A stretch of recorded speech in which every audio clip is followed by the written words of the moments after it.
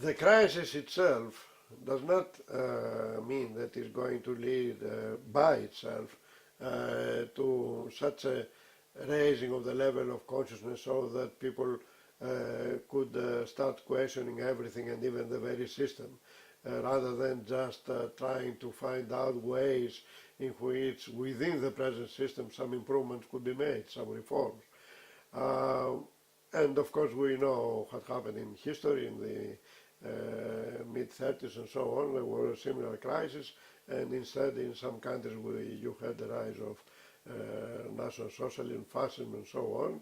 And in the West people fought for freedom against, of course, fascism and National Socialism, although of course the elites had very different interests. That is, they were not so much interested in fighting fascism, so much interested in the economic control of markets and so on. That is, this was obvious by the fact that Churchill was in favor of Germany going against the Soviet Union, and did not bother about it, but started bothering when it started, the Germans started attacking its own allies and even threatened Britain itself. Anyway, so what I'm saying is that the crisis, and any crisis like this by itself, would not create the in a kind of unconscious or subconscious process a new anti-systemic mentality. This is the job of the kind of left or the kind of political movement that has to be created, as I said before, which would explain to the people the kind of crisis we are going through, the causes of it, and would make proposals, would make concrete proposals about how we can move from this present system to another system. If such a movement develops, and if such a movement is embraced by significant sections of the population, then indeed we may see the first steps towards a new society. But unless this kind of movement develops, I'm pessimistic. I think that the system would find again ways to reproduce itself, again of course at the expense of the interests of the majority of the people, and to become even more semi-totalitarian than it is at present.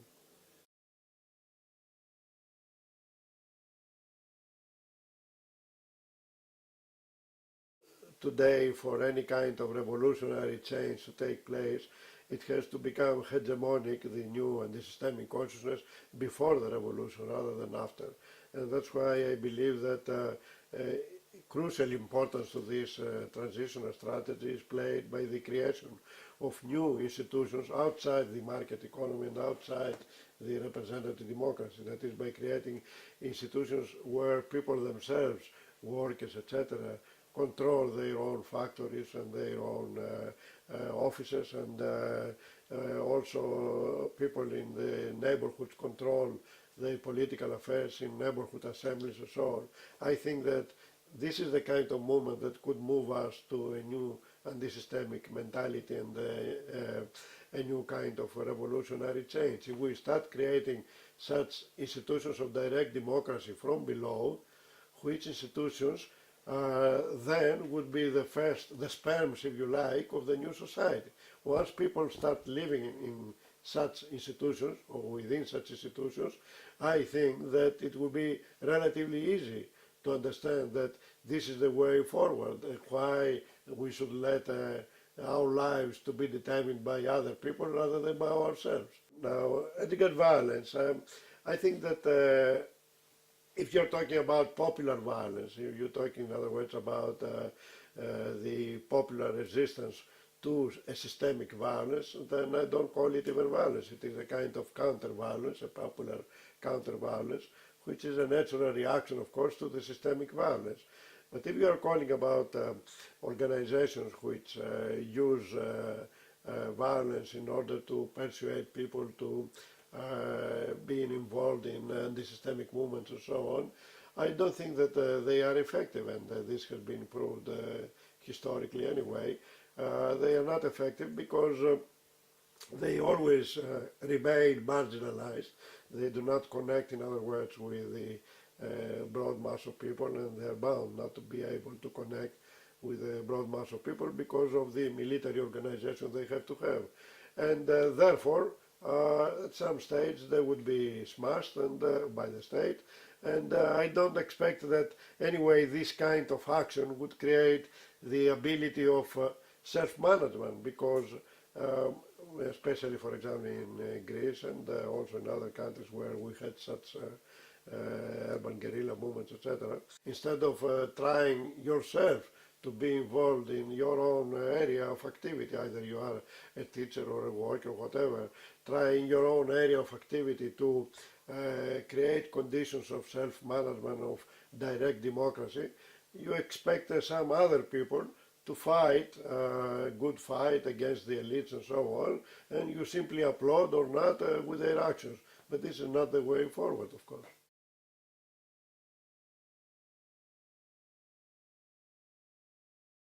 Actually, I'm against avant-garde politics in general, not just military kind of politics, but also the old Leninist kind of party and so on. I believe that we do not need avant-garde. What we need today is people who are involved in the popular movement and play the role of catalysts by, in other words, being involved with the action of people themselves in creating institutions of self-management from below, institutions of direct democracy from below.